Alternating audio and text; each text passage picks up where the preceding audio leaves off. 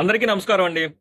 Kaloji Telugu book records మరియు తెలుగు వెలుగు సాహితీ వేదిక వారి ఆధ్వర్యంలో శ్రీ గిడుగు వెంకటం రామ్మూర్తి పంతులు గారి జయంతి సందర్భంగా జాతీయ చైర్మన్ శ్రీ పోలోజ్ రాజ్ కుమార్ అన్న గారి సహకారంతో ఈ సంవత్సరం సెప్టెంబర్ 1 ఆంధ్రప్రదేశ్ విజయవాడలో మన కవులకి, కళాకారులకి, అలానే ప్రింట్ మీడియా వారికి, జాతీయ నాయకులకు, రాజకీయ నాయకులకు, ఇతరితర కళల్లో ఉన్న ప్రతి ఒక్కరికి తెలుగు వెలుగు మహానంది, అలానే మయూరం, గౌతమ్ బుద్ధ పూర్ణిమ అవార్డ్స్ ఇవ్వదలిసి ఉన్నాం.